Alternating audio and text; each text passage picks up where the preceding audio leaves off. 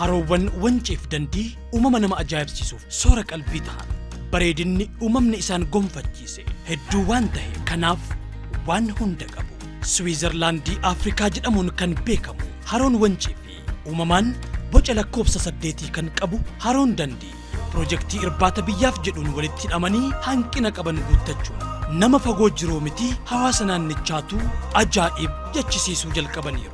Teessuma lafaa adda ta'e icciitiin uumamaa itti ifu bosona uumamaa bareedaa fi simbirroowwan gosa garaagaraa tokkummaan waliin keessa jiraatan bishaan hurkaa ho'aa fi bareedaa bonaa ganna burqu hawaasa keessummaa simachuu fi jaalala hojiitiin beekamuun marfamanii haroowwan wancii fi dandii magaalaa guddoo biyyattii Finfinneerraa fageenya kiiloomeetira 140 hin caalle irratti argamu.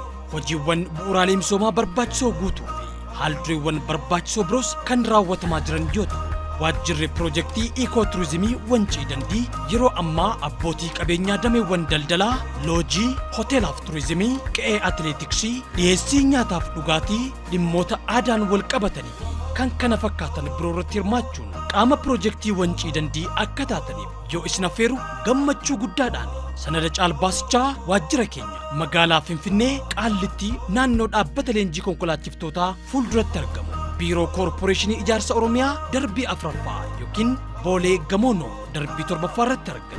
Odeeffannoo dabalataatiif 0969 44 1965 yookiin 0969 44 1966 irratti bilbilaa. Waajjira piroojeektii Ikooturizimii wancii dandii.